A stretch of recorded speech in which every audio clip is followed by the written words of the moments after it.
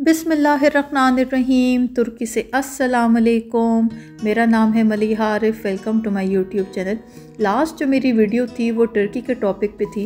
Exactly मैंने आप लोगों से डिस्कस किया, आप लोगों के सारे क्वेश्चंस थे, जो कन्फ्यूजन्स थी कि टर्की में एग्जैक्टली पाकिस्तानी कम्युनिटी की सिचुएशन क्या है। टर्की से बाहर पाकिस्तान और बाकी सारे जो कंट्रीज़ हैं ओवरसीज़, वहाँ पे लोग पाकिस्तानी कम्युनिटी में काफ़ी कन्फ्यूजन थी और लोगों के काफ़ी क्वेश्चंस थे कि एग्जैक्टली हम जानना चाहते हैं कि टर्की में सिचुएशन किस तरह है। तो लास्ट वीडियो में मैंने आप लोग के सारे क्वेश्चंस आंसर किए, सारे टॉपिक कवर किए और इन डिटेल बात की कि इस टाइम टर्की में करंट सिचुएशन क्या है। मोस्ट इम्पॉर्टेंटली जो आस्पेक्ट डिस्कस हुआ कि पाकिस्तानी कम्युनिटी की टर्की में एग्जैक्ट सिचुएशन क्या है और हालात यहाँ पर किस तरह के। आप लोग मेरी प्रीवियस वीडियो देख सकते हैं अगर आप लोगों ने अभी तक नहीं देखी। बहुत ज़्यादा शुक्रिया अप्रिशिएट करने का। मुझे सबसे ज़्यादा खुशी इस बात पे हुई, जो मैं बहुत ज़्यादा एडमायर भी किया और खुशी हुई देखकर कि कमेंट सेक्शन में बड़ी एक हेल्दी डिस्कशन रही। एक कमेंट था, उसको मैं कुछ देर में एक्सप्लेन करती हूँ, उसका जवाब देती हूँ। आज की वीडियो में मैं आप लोगों से बात करूँगी टर्किश सिटीज़नशिप पे, इसलिए कि मेरी प्रीवियस वीडियो के बाद लोगों ने कहा, कांटेक्ट किया कि स्टिल अगर कुछ फैमिलीज़ मूव होना चाहती हैं टर्की तो क्या क्या ऑप्शंस अवेलेबल हैं। तो आज की वीडियो थोड़ी सी मुख्तसर होगी, प्रीवियस वीडियो की तरह इतनी डिटेल नहीं होगी, बट मैं आप लोगों के सारे क्वेश्चंस आंसर कर दूंगी। तो वीडियो स्टार्ट करते हैं। अभी तक आप लोगों ने मेरी इस वीडियो को लाइक नहीं किया तो जल्दी से लाइक का बटन दबा दें, मेरे चैनल को सब्सक्राइब करना ना भूलें और आखिर में नोटिफिकेशन का बटन दबा दें ताकि मेरी नई आने वाली वीडियोस टाइम पे सबसे पहले आपको मिले। तो चलें वीडियो स्टार्ट करते हैं।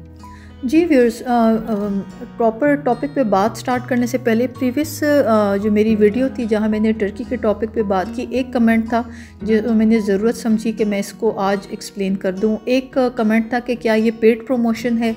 जो मैंने प्रीवियस बात की, जो टॉपिक था मेरा, बिल्कुल भी कतन ऐसा कुछ भी नहीं कि पेड प्रमोशन होगी, और होगी भी किस तरह। मुझे टर्किश गवर्नमेंट पे करेगी या प्रेसिडेंट अर्दोआन पे करेंगे ना, कोई पेड प्रमोशन नहीं थी। वो मेरा पर्सनल एक्सपीरियंस थे जो मैंने आप लोगों के साथ शेयर किया। एंड नॉट ओनली मी, मेरे जो टर्की में इस्तांबुल में जो मेरे क्लोज़ फैमिली फ्रेंड्स हैं, मोस्ट इम्पॉर्टेंटली उनके मुझसे ही मिलते जुलते एक्सपीरियंस है। तो ओवरऑल मैंने आप लोग को बेसिकली अपनी पर्सनल फैमिली का जो मेरा अपना एक्सपीरियंस था पिछले 6-7 साल से वो एक्सप्लेन किया और अपने point of view, most importantly जिस तरह प्रीवियस वीडियो में एक्सप्लेन किया, मेरे पास मेरे हस्बैंड का एक्सपीरियंस है जो ऐड ऑन होकर मुझे बहुत ज़्यादा हेल्प करता है चीज़ों को अंडरस्टैंड करने के लिए। तो एक सवाल का जवाब देना, इसको एक्सप्लेन करना ज़रूरी था कि बिल्कुल भी कहीं से भी मेरी प्रीवियस वीडियो पेड वीडियो नहीं थी। तो सबसे पहले बात करते हैं टर्किश सिटीज़नशिप की। मुझसे क्वेश्चन हुआ कि अब भी अगर स्टिल फैमिलीज़ मूव होना चाहती हैं टर्की तो क्या क्या ऑप्शंस अवेलेबल हैं। देखिए, प्रीवियस वीडियो में मैंने आप लोग को एक्सप्लेन कर दिया था कि 3-4 साल पहले इवन मैंने अपना भी बताया कि हम जिस प्रोसेस के थ्रू टर्की आए थे वो ये प्रोसेस था कि आप टर्की आएँ, रेंट पे घर लें, आपके पास आपका रेंट पे जो घर लिया उसका प्रूफ हो और आप अपनी फैमिली का, पूरी फैमिली का लिए रेजिडेंस परमिट के लिए अप्लाई कर देते हैं एंड आपको 2 साल का रेजिडेंट परमिट इशू हो रहा था। ये 3 साल पहले की बात है। बीच में ये एक रूल ये पास हुआ कि ये सारा प्रोसेस बंद हो गया था। इसको हम लोग बोलते हैं टूरिस्टिक रेजिडेंस कार्ड, TRC इसकी एब्रीविएशन है, touristic residence card. Turkish government ने अनाउंस किया कि अब ये TRC इशू नहीं होगा। 1% कुछ केसेस लेटर ऑन सुनने में आए लोगों के कि कुछ फैमिलीज़ थी जिनको इशू हुआ। वो क्या सिचुएशंस थी, वो क्या रीजंस थी, वो टर्किश गवर्नमेंट को पता होगा, बट ओवरऑल ये अनाउंस था, क्लियर कट था कि अब TRC इशू नहीं होगा। एंड अब जो करंट सिचुएशन है तो हमें अपने सराउंडिंग में ऐसी कोई न्यूज़ नहीं मिलती कि किसी फैमिली को TRC इशू हुआ हो। तो एक तो ये ऑप्शन अब अवेलेबल नहीं है अनफॉर्चुनेटली।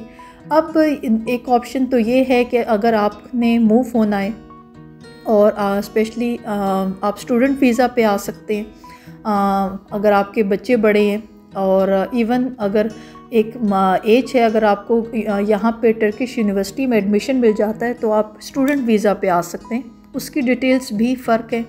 एक ऑप्शन मैंने लास्ट वीडियो में एक्सप्लेन की थी, आज मैं फिर एक्सप्लेन कर रही हूँ कि टर्की पहुँच के, टर्की इस्तांबुल लैंड होने के बाद आप यहाँ पे जॉब ढूंढें, ये कम्प्लीटली कहते हैं ना बहुत एक डिफ़िकल्ट प्रोसेस है, जबकि आपको टर्किश लैंग्वेज भी ना आती हो। और यहाँ का जो टर्किश एम्प्लॉयर है वो टर्किश अपने सिटीजन्स को ही प्रेफर करेगा। बट कुछ सिचुएशन मैंने लास्ट वीडियो में एक्सप्लेन किया, आज डिटेल से एक्सप्लेन कर रही हूँ। अगर आप टर्की से बाहर बैठे हैं और आप ऑनलाइन किसी कंपनी को कांटेक्ट करते हैं एंड आपको कंपनी जॉब देती है वर्क परमिट के साथ, तो आप अपनी फैमिली के साथ मूव हो सकते हैं। ये सबसे आइडियल सिचुएशन है। एक दो दिन पहले किसी खातून से बात हो रही थी फेसबुक पे, उनके हस्बैंड को इस्तांबुल नहीं किसी और सिटी में आई थिंक सो किसी कॉलेज या यूनिवर्सिटी में जॉब ऑफ़र हुई थी और टर्किश गवर्नमेंट ने उनको वर्क परमिट इशू किया, इवन रिहाइश भी थी और उनका मेडिकल भी फ्री है, बट फैमिली उनकी अभी तक पाकिस्तान में ही है। सो इस तरह की सिचुएशंस, ये ऑप्शंस अवेलेबल हैं।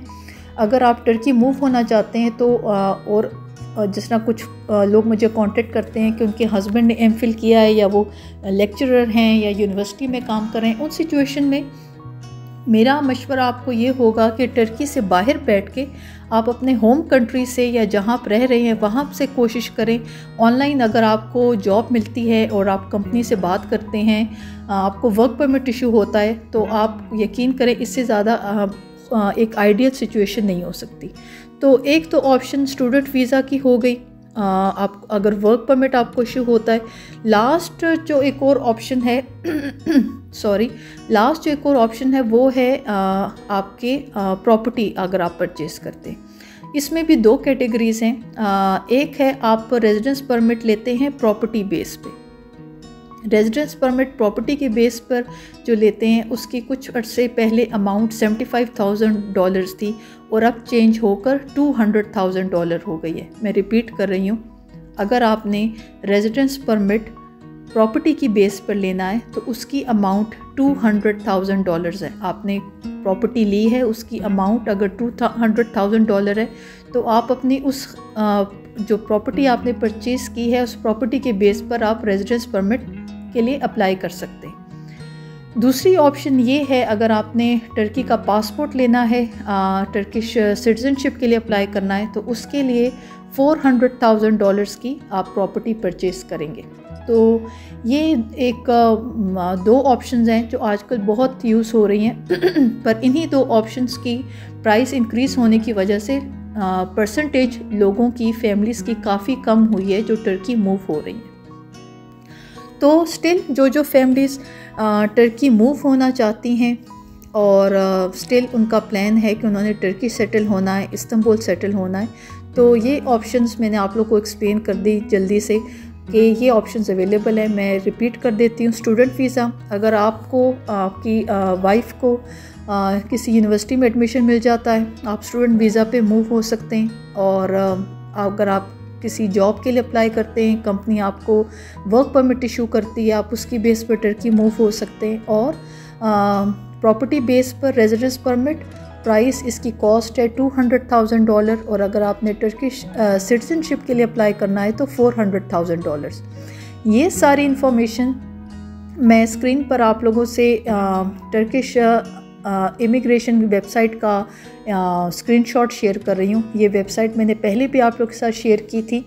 आप लोगों को कोई इन्फॉर्मेशन लेनी है रादर इसके कि आप किसी यूट्यूबर की बात सुने, इवन मेरी बात को भी रीचेक करें, आप लोग जाके देखें कि एग्जैक्टली डिटेल्स क्या मेंशन है उनकी वेबसाइट पर। जो टर्किश इमिग्रेशन वेबसाइट है, इसको टर्किश में बोलते हैं गोच इदारे से। टर्किश इमिग्रेशन वेबसाइट को आप जाके देखें, वहाँ पे सारी ऑप्शंस डिटेल्स के साथ मेंशन है। एक और ऑप्शन मैंने बहुत अरसे पहले अपनी वीडियो में एक्सप्लेन की थी कि मैं टर्किश लैंग्वेज से सीखने पर हमेशा क्यों ज़ोर देती रही हूँ। मेरा पॉइंट ऑफ व्यू ये है कि बजाय इसके कि बेशक आप में से मोस्टली लोग जब टर्की मूव होते हैं तो आप लोगों के फैमिली फ्रेंड्स या जानने वाला कुछ केसेस में यहाँ ऑलरेडी टर्की में अवेलेबल होता है, पर मैं चाहती हूँ कि आप लोग किसी पे भी डिपेंडेंट ना हो, किसी का सहारा ना आप लोग को लेना पड़े। अगर आपकी फैमिली में से इवन आपके बेटे को या आपकी बेटी को भी टर्किश लैंग्वेज आती है तो आपकी पूरी फैमिली को सपोर्ट कर सकते हैं। बिकॉज़ मैंने जिस तरह लास्ट वीडियो में एक्सप्लेन किया, यहाँ पर टर्की में इस्तांबुल में सिर्फ टर्किश लैंग्वेज बोली जाती है, इंग्लिश लैंग्वेज नहीं बोली जाती। सिर्फ मेन जो टूरिस्टिक प्लेसेस हैं जहाँ पर आपको हार्डली, जहाँ पे टूरिस्ट की परसेंटेज बहुत ज़्यादा है, किसी कैफ़े में कोई वेटर या कोई रेस्टोरेंट का आप एंट्रेंस पर मौजूद हैं, आपने अपना होटल बुक कराना है, उन सिचुएशन पे आपको थोड़ी बहुत इंग्लिश मिल जाएगी, वो भी आपकी लक है। तो टर्किश लैंग्वेज का सीखना बहुत ज़्यादा ज़रूरी है। तो बजाय इसके कि आप किसी यूट्यूबर पर, किसी भी XYZ पे आप रिलाई करें टर्की मूव होने के लिए, आपके फैमिली मेम्बर में से कोई भी या आप टर्किश लैंग्वेज सीख जाते हैं तो आपको टर्की में किसी की हेल्प की ज़रूरत नहीं है। आप अपने ओन पर चीज़ों को ख़ुद मैनेज कर सकते हैं। तो जिस तरह मैंने कुछ देर पहले मेंशन किया, जहाँ पे आप अपनी या मेरी जो मैं बात बता रही हूँ सारी इन्फॉर्मेशन को रीचेक करने के लिए आप टर्किश इमिग्रेशन वेबसाइट को देख सकते हैं, वहाँ पे सारी डिटेल चेक कर सकते हैं। एक और ऑप्शन, जो लोग यहाँ पे इस्तांबुल में टर्की रहते हैं, यहाँ पे इनका गोच इदारेसी का टर्किश इमिग्रेशन डिपार्टमेंट का नंबर है 157।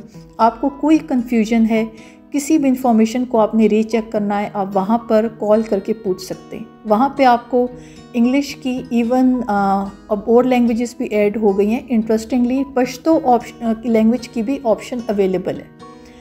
तो किसी भी यूट्यूबर या किसी भी आउटसाइडर की इंफॉर्मेशन को बिल्कुल ब्लाइंडली एक्सेप्ट ना करें, उसको रीचेक ज़रूर करें। सो मेरा ये पर्सनल ओपिनियन है कि इन्फॉर्मेशन को रीचेक करना बहुत ज़्यादा ज़रूरी है। एंड मोस्ट इम्पॉर्टेंटली आपको ख़ुद टर्किश लैंग्वेज आती होगी तो आपको किसी पर रिलाई करना नहीं पड़ेगा।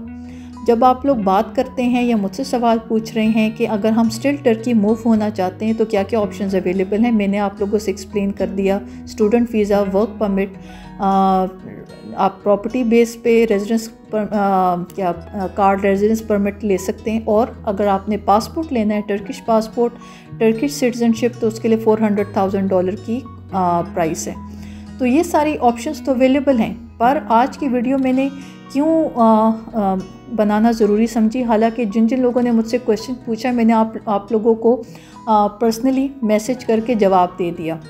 यहाँ पे मैं फिर से एक एस्पेक्ट हाईलाइट करना चाहूँगी जो मैंने प्रीवियस वीडियो में भी किया, पर आज इस वीडियो में मैं टर्किश सिटीजनशिप से या जो फैमिलीज टर्की मूव होना चाहती हैं, मैं इसको फिर थोड़ा सा एक्सप्लेन कर देती हूँ। देखें, आप में से कोई भी टर्की से बाहर बैठा है, मैं पाकिस्तान की एग्जांपल ले लेती हूँ, एंड आप लोग बहुत ज़्यादा ख्वाहिश रखते हैं कि आपने टर्की सेटल होना है, टर्की मूव होना है। आपके पास सबसे पहली बात, इम्पॉर्टेंट बात यहाँ पे मैं एक्सप्लेन करती चलूँ कि आपको 99.9% जो यूट्यूबर आप सुन रहे हैं, इवन मेरे हस्बैंड भी, मेरे हस्बैंड का चैनल है आरिफ सईद ऑफिशियल के नाम से, मैं ऊपर उसका लिंक शेयर कर दूंगी। बट हस्बैंड काम में इतने बिजी होते हैं कि वो अपनी यूट्यूब वीडियोस नहीं बना पाते, वो नहीं डाल पाते। तो मेरे हस्बैंड ने, जिस तरह मैंने प्रीवियस वीडियो में एक्सप्लेन किया, अभी जब उन्होंने टर्की अपना सेटअप शुरू किया, पहले उनका इंपोर्ट एक्सपोर्ट का बिज़नेस था, हमारा दुबई में बिज़नेस है। जब टर्की सेटल हुए तो उन्होंने शुरू में रियल स्टेट का काम ही स्टार्ट किया। बेसिकली जो सिटीजनशिप के केसेस होते हैं या आपके ये जो प्रॉपर्टी बेस्ड आप रेजिडेंस परमिट इशू करते हैं, इस पे आप बड़ा रीज़नेबल अर्न कर लेते हैं। तो आपको 99.9% आप जिस यूट्यूबर को सुनेंगे वो आपको रियल स्टेट एजेंट ही बैकएंड पे एज ऑपरेट कर रहा है। देखें, इसमें कोई बुराई नहीं है। हम परदेश में बैठे हैं और हर कोई अपनी इस्तात के हिसाब से मैनेज कर रहा है। ख़वातीन को देखें, उन्होंने होम कुक फूड का बिज़नेस शुरू किया हुआ है, कुछ ख़वातीन ने, कुछ ने फैमिलीज़ ने अपने छोटे इस्तात पे, छोटी लेवल पर अपने जो पाकिस्तानी खानों का जो सिस्टम है, रेस्टोरेंट्स हैं, वो ओपन किए हुए हैं। कुछ लोग टूरिज़म बेस पे अर्न कर रहे हैं। उन लोगों ने जो फैमिलीज़ पाकिस्तान से या जो भी इंडियन उर्दू स्पीकिंग कम्युनिटी आती है, उनको टूरिज़म की सर्विसेज देते हैं। तो टूरिज़म की सर्विसेज पे वो अर्न करते हैं। एक जो मैंने मेजर एक आस्पेक्ट है, जो परसेंटेज है 99.9%, मैं ख़वातीन को निकाल दूँ आपको जो यूट्यूबर भी मिलेगा, आप जिस यूट्यूबर की भी वीडियो देखते हैं, बेसिकली वो बैक एंड पे रियल स्टेट एजेंट के तौर पे ही ऑपरेट कर रहा है। मैं इस पे फिर से कह रही हूँ, 99.9% आपको जो भी यूट्यूबर मिलेगा, आप जिसकी वीडियोस देखते हैं, वो बैक एंड पे एज रियल स्टेट एजेंट ही ऑपरेट कर रहा है। इसमें कोई बुराई नहीं है इसमें बिल्कुल भी कोई बुराई नहीं है, बट जो प्रैक्टिसेस हैं, जो आप जिस तरह काम करें, वो फेयर होना बहुत ज़्यादा ज़रूरी है। तो फर्स्ट ऑफ़ ऑल तो जब आप टर्की मूव होने का सोचते हैं तो अगर आप किसी एजेंट से कांटेक्ट करते हैं, उस इंफॉर्मेशन को रीचेक ज़रूर करें। उसमें ये है कि आपको, जिस तरह मैंने कहा, वेबसाइट को पे जाकर डिटेल्स चेक कर सकते हैं, बट मेरे कहने का मकसद ये है, मैं उन फैमिलीज़ को गाइड करना चाह रही हूँ, आप में से कोई भी टर्की मूव होना चाहता है, आप अपना होमवर्क ज़रूर करें। होमवर्क सिर्फ ये नहीं है कि आपने किसी भी यूट्यूबर को वीडियोस देखी, आप उनसे इंस्पायर हुए एंड आपने उनको कांटेक्ट किया और सोचा हम टर्की आ रहे हैं। नहीं, आप 2-3 लोगों से, मल्टीपल लोगों से कांटेक्ट करें और फिर उस इंफॉर्मेशन को कंपेयर करें। मैं एक और बात यहाँ पे हाईलाइट करना चाहूँगी, मुझे जो लोग कांटेक्ट करते हैं कि हमें ये गाइडेंस या इस तरह चाहिए या हमें टर्की सेटल होना है, मेरे हस्बैंड की अल्हम्दुलिल्लाह, अल्लाह का शुक्र, अब और काफ़ी ज़्यादा वेंचर स्टार्ट हो चुके हैं। मैं अपना इस तरह का कोई मेरे ऑपरेशन नहीं है कि जो लोग मुझे कांटेक्ट करें मैं उनको हस्बैंड को रेफ़र कर दूं, तो मुझे कांटेक्ट करने का कोई फ़ायदा नहीं है। I am not an agent और मैं एज एजेंट ऑपरेट करती भी नहीं हूँ। ये चीज़ आज मुझे हाईलाइट करनी थी, बिकॉज लोग स्टिल कांटेक्ट करते हैं कि हमें हेल्प कर दें, गाइड कर दें। मैं सिंपल एक यूट्यूबर हूँ, मैं हाउसवाइफ हूँ, ये मेरी एक आइडेंटिटी है। मेरे हस्बैंड का बिज़नेस है, मेरे हस्बैंड की यहाँ कंपनी है, मेरे हस्बैंड का ऑफिस है, इंपोर्ट एक्सपोर्ट का बेसिकली काम है उनका, तो वो अपने काम में बिज़ी होते हैं। मैं इस तरह का मेरे कोई सिचुएशन नहीं हो पाती, बिकॉज़ वो इतने बिज़ी होते हैं कि मैं उनको कोई भी कांटेक्ट या कस्टमर रेफ़र करूँ। बट आप लोगों को गाइड करने का मकसद ये है कि अपने ओन पर, अपने पाँव पे आप लोग खुद खड़े हों। इन्फॉर्मेशन को रीचेक ज़रूर करें। आप एक यूट्यूबर की बात सुनते हैं, आप बाकी यूट्यूबर्स को स्टडी करें। इवन आपके अगर कोई कॉन्टेक्ट टर्की में है तो मल्टीपल लोगों को ज़रूर कांटेक्ट करके इन्फॉर्मेशन रीचेक करें। एक्चुअली थोड़ा सा मैं एक्सप्लेन कर दूं, हम पाकिस्तानी, यहाँ पे पाकिस्तानियों को तो ब्लेम नहीं करना बनता, बट एक ह्यूमन साइकोलॉजी है। जब आपने किसी से इम्प्रेस होना होता है तो हम लोग अगले को इम्प्रेस करने के लिए एक बड़ा एक इमेज बिल्ड करते हैं। अब यहाँ पे ये है कि जो लोग as agents, real estate agents operate कर रहे हैं, उन्होंने टर्किश कंपनीज़ के साथ, रियल स्टेट जो ऑफिसेज़ हैं, एजेंट्स हैं, उनके साथ इस तरह कोलैबोरेशन की हुई है कि जो कमीशन अर्न होता है उसकी बड़ी रीज़नेबल अमाउंट शेयर हो जाती है। तो ऑफकोर्स जब एक पाकिस्तानी, एक उर्दू स्पीकिंग कम्युनिटी से कोई भी बंदा या फैमिली इस्तांबुल या टर्की लैंड करता है, आप इन एजेंट्स के ऑफिस जाते हैं, तो आप उस माहौल से इम्प्रेस हो जाते हैं कि एक टर्किश खातून भी खड़ी हैं, वो टर्किश बोल रही हैं और टर्किश आपको एजेंट्स मिलेंगे, तो आप फ़ौरन से उस पाकिस्तानी एजेंट पे रिलाय कर देते हैं कि ओ माय गॉड, ये तो ज़रूर हमारा मसला हल करेगा। तो देखें, आपको ह्यूमन साइकोलॉजी की बेस पर बेवकूफ़ बनाया जा रहा है। हम पाकिस्तानी यहाँ पर अगर मुश्किल में हैं तो क्यों मुश्किल में हैं? बिकॉज़ अपनी रूल्स रेगुलेशन को ना फॉलो करने की वजह से। अगर ये सारे रियल स्टेट एजेंट्स जो पाकिस्तानी हैं अगर फेयर प्रैक्टिसेस कर रहे होते तो ये सिचुएशन ना आती जहाँ पर पाकिस्तानी अब परेशान हैं कि हमारा क्या होगा। जिस तरह मैंने प्रीवियस वीडियो में एक्सप्लेन किया, जो हज़रत हैं फैसल साहब, जिन्होंने एक टर्किश घर की अंदर की वीडियो बनाई, वो भी रियल स्टेट एजेंट थे, यूट्यूब वीडियोस बनाते थे और इस तरह उनका एक तरीक़ेकार था। तो मेरा बात बताने का मकसद ये है कि जब एक आप कहीं पे इस्तांबुल टर्की लैंड होते हैं तो प्लीज़, मैं एक्सप्लेन कर रही हूँ, एक जो सामने आँखों के सामने नज़र आ रहा है उस इमेज से इम्प्रेस ना हो जाएं कि माहौल है, एक ऑफ़िस बड़ा खूबसूरत है, बिल्डिंग कितनी एक्सपेंसिव है, टर्किश खातून खड़ी हैं वेलकम करने के लिए, आपको बिठाने के लिए, टर्किश मर्द हजरात हैं रियल स्टेट एजेंट्स के तौर पे ऑपरेट कर रहे हैं, और एक पाकिस्तानी इन सब लोगों में आपके साथ अटैच है, जो आपसे उर्दू में बात कर रहा है और आपसे कह रहा है कि मैं आपको श्योरिटी दे रहा हूँ कि मैं आपका मसला हल करूँगा। एक बात यहाँ पे मैं ज़रूर हाईलाइट करना चाहूँगी कि टर्किश रूल और टर्किश लॉ के तौर पर जब एक चीज़ अनाउंस हो चुकी है डिसाइड हो चुकी है कि अगर आपने प्रॉपर्टी बेस पर रेजिडेंस कार्ड लेना है तो उसकी अमाउंट $200,000 है। अगर आपने सिटीजनशिप लेनी है तो उसकी अमाउंट $400,000 है। आप टर्किश पासपोर्ट, टर्किश सिटीजनशिप लेने में इंटरेस्टेड हैं और यहाँ पे आपको कोई रियल एस्टेट एजेंट कहता है कि फ़िक्र ना करें, हम कम पैसों में आपका मसला सॉल्व कर देंगे, तो प्लीज़ इस तरह का कोई डिसीजन मत लें। अपने फ्यूचर के लिए और प्रॉब्लम्स इनवाइट मत करें।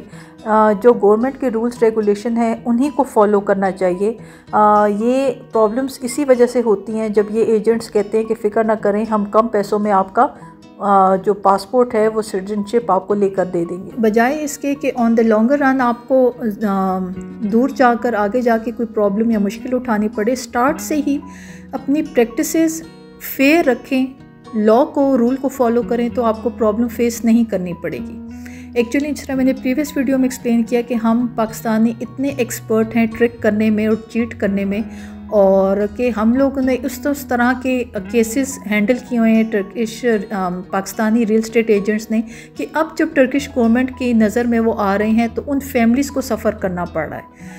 तो मेरी रिक्वेस्ट ये है कि मैंने सारी सिचुएशन आप लोगों से एक्सप्लेन कर दी है कि अगर आप लोगों को इन्फॉर्मेशन चेक करनी है आप वेबसाइट से चेक कर सकते हैं। आपकी कोई फैमिली मेम्बर या कोई भी रिलेटिव यहाँ इस्तांबुल टर्की में रहता है तो आप एक मोबाइल से लाउड स्पीकर पे कनेक्ट होकर उन अपने कॉन्टेक्ट से कह सकते हैं कि 157 जो इमिग्रेशन का कस्टमर सर्विस है वहाँ कॉल करके आप सारी इन्फॉर्मेशन, हर तरह का जो भी आप लोग का क्वेश्चन है आप पूछ सकते हैं। आपको सब क्वेश्चंस के, आपके सवालों के जवाब मिलेंगे। तो बजाय इसके कि आप किसी एजेंट पर या किसी भी अननोन बंदे पर रिलाई करें, ख़ुद अपना होमवर्क कंप्लीट करें।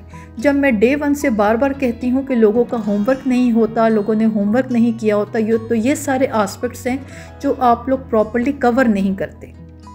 यहाँ पर आकर एक इमेज से इम्प्रेस हो जाते हैं और फिर गलती वहाँ पर होती है। तो यहाँ पर जो टर्किश रियल एस्टेट एजेंट्स हैं जो पाकिस्तानी एजेंट्स के साथ काम कर रहे हैं, तो ऐसा नहीं है कि वो पाकिस्तानियों से इम्प्रेस हैं तो इस वजह से वो उनके साथ काम कर रहे हैं। अच्छे बुरे लोग हर जगह पे, हर कम्युनिटी में, हर मुल्क में होते हैं। तो ऑफ़ कोर्स उन टर्किश जो एजेंट्स हैं जब उनको कमीशन नज़र आ रहा होता है तो ऑफ़ कोर्स वो उस इमेज बिल्डिंग में उन पाकिस्तानी जो हज़रत हैं उनकी हेल्प कर रहे होते हैं, सो दैट कस्टमर को उर्दू में आसान लफ्ज़ों में उस कस्टमर को बेवकूफ़ बनाया जाए, उस कस्टमर को घेरा जाए।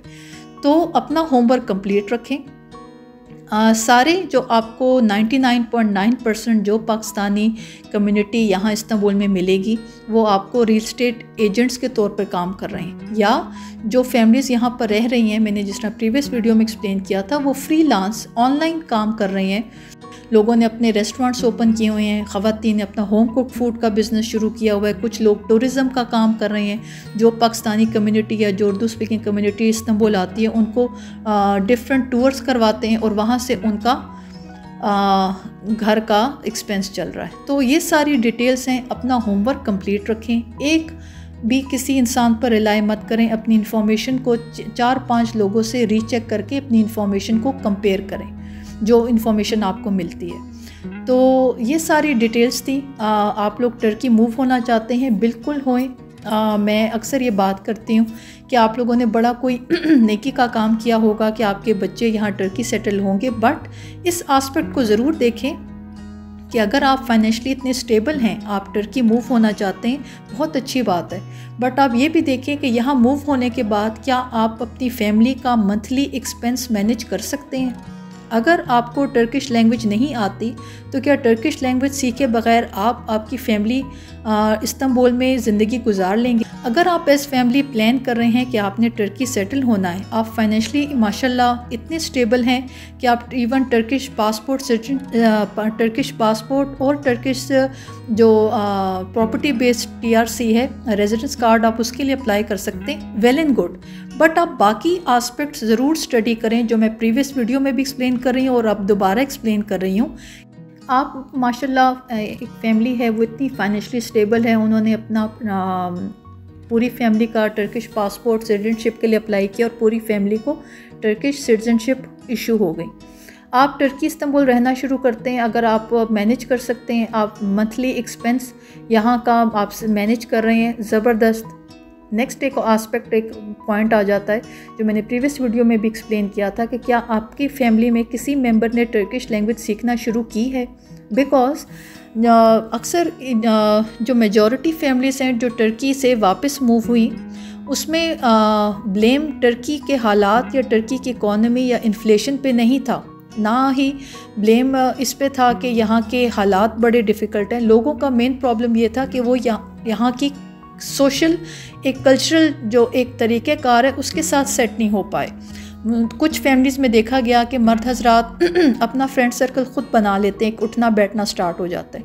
औरतें बड़ी डिप्रेस हो जाती हैं कि हम कहाँ पर अपना एक मिलना जुलना रखें, बिकॉज़ पाकिस्तान में आपके नेबर्स होते हैं, आपकी फैमिली होती है। यहाँ पर ये है कि अगर आप अपार्टमेंट में या इवन विला में भी रह रहे हैं, आपके साथ में जो अपार्टमेंट या विला है, आप वहाँ पर ख़ातून से मिलना चाहते हैं, बात करना चाहते हैं, अगर आपको टर्किश लैंग्वेज नहीं आती तो आप किस तरह बातचीत रखेंगे, किस तरह आपका सोशल सर्कल डेवलप होगा। यही प्रॉब्लम जो बच्चे हैं जो ज़्यादा बड़ी क्लासेस में होते हैं उनको बड़ी प्रॉब्लम फेस करनी पड़ती है, बिकॉज़ अगर टर्किश लैंग्वेज नहीं आ रही तो वो किस तरह यहाँ के बच्चों से, लोगों से मिंगल करें। तो ये सारी प्रॉब्लम्स हैं जो लोगों को फेस करनी पड़ती हैं और ये टर्की का पार्ट है। एक और आस्पेक्ट है जो मैं भी हाईलाइट नहीं कर रही बिकॉज सिचुएशन थोड़ी फ़र्क है।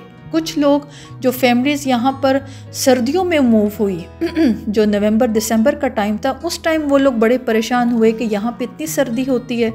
तो यहाँ का वेदर भी एक आस्पेक्ट था कि लोग सेट नहीं हो पाए।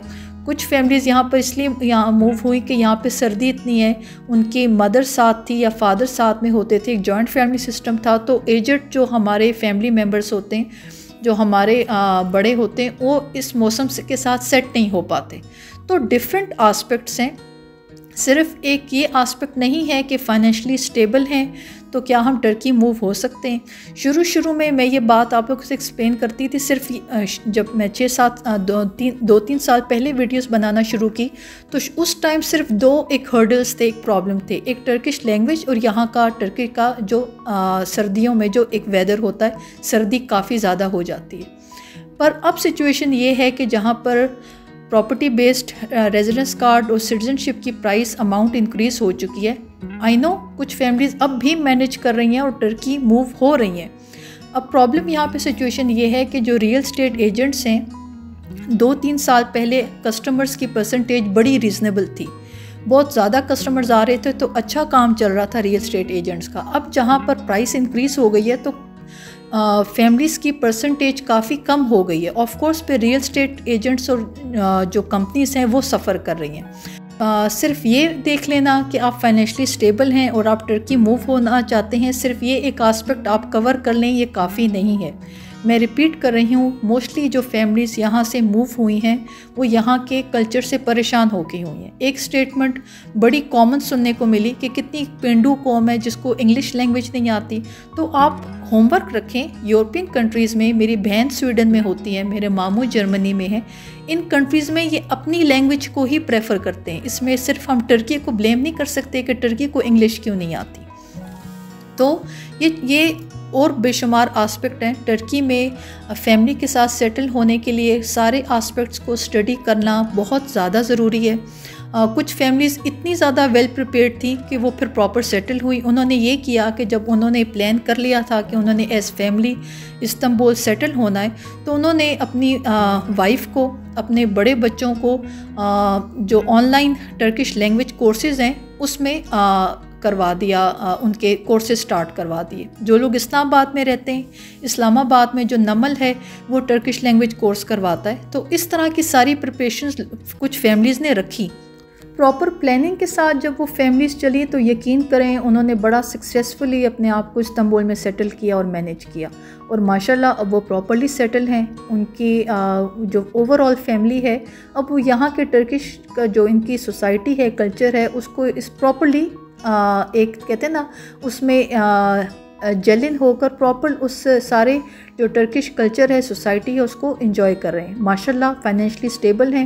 उन्होंने टर्किश सिटीजनशिप के लिए अप्लाई किया, बट साथ साथ अपनी फैमिली को टर्किश लैंग्वेज ज़रूर सिखाई। तो इस तरह भी फैमिलीज़ देखने को मिली जिन्होंने प्रॉपर होमवर्क रखा हुआ था और टर्की मूव होने से पहले ही उनके घर में उनकी मिसेस ने तो टर्किश लैंग्वेज कोर्सेज़ लेना स्टार्ट कर दिए थे, उनके बड़े बच्चों ने ऑनलाइन कोर्सेज स्टार्ट किए और माशाल्लाह जो बच्चे हैं उनकी पिक करने की पावर ज़्यादा होती है। तो ये सारे आस्पेक्ट्स हैं, आपको एज फैमिली, अगर आप फैमिली के हेड हैं तो ये सारे आस्पेक्ट स्टडी करना, कवर करना बहुत ज़्यादा ज़रूरी है। और मैं लास्ट में एक पॉइंट एक्सप्लेन करना चाहूँगी, जो फैमिलीज़, जो लोग मुझे कांटेक्ट करते हैं कि हम टर्की सेटल और मूव होना चाहते हैं, पर हमारे हस्बैंड्स को जो जॉब मिली है वो इस अमाउंट की है, तो हम किस तरह मैनेज करें। तो देखें, मैंने बार बार रिपीट कर रही हूँ, आप बाकी यूट्यूबर्स की वीडियो देखें, मुझे नहीं पता इस टॉपिक पे वीडियो, फाइनेंशली जो मंथली एक्सपेंस है वो अच्छा खासा इंक्रीज़ हो चुका है।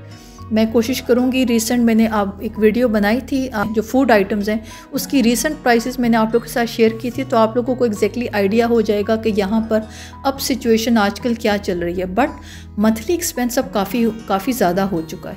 तो मल्टीपल आस्पेक्ट्स हैं हर फैमिली के लिए। वो कहते हैं ना कि हर किसी की पिक्चर कंप्लीट नहीं होती है, आपकी हर किसी के पास पज़ल का एक मिसिंग पीस होता है। कुछ फैमिलीज़ फाइनेंशियली स्टेबल हैं तो उनको टर्किश लैंग्वेज सीखने में प्रॉब्लम हो रही है, कुछ लोग टर्किश लैंग्वेज के कोर्सेज़ किए बैठे हैं बट वो फाइनेंशियली परेशान हैं।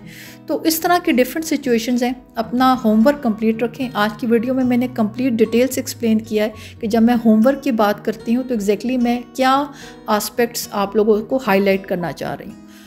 तो आई होप आज की वीडियो आप लोगों को इन डिटेल प्रॉपर समझ आ गई होगी, और मुझे लगता है कि इस वीडियो के बाद जो टर्की का टॉपिक है वो कंप्लीट हो चुका है। मैं इस वीडियो के बाद अपनी नॉर्मल रूटीन जो टॉपिक्स हैं मैं उस पर आ जाऊंगी। आई होप आज की वीडियो आप लोगों को पसंद आई होगी, आप लोगों को समझ आई होगी, आप लोगों को वीडियो अच्छी लगी हो। Please don't forget to give the thumbs up, do subscribe my channel and share my content with your friends and family. Thank you so much for watching. See you all in my next video. Allah Hafiz.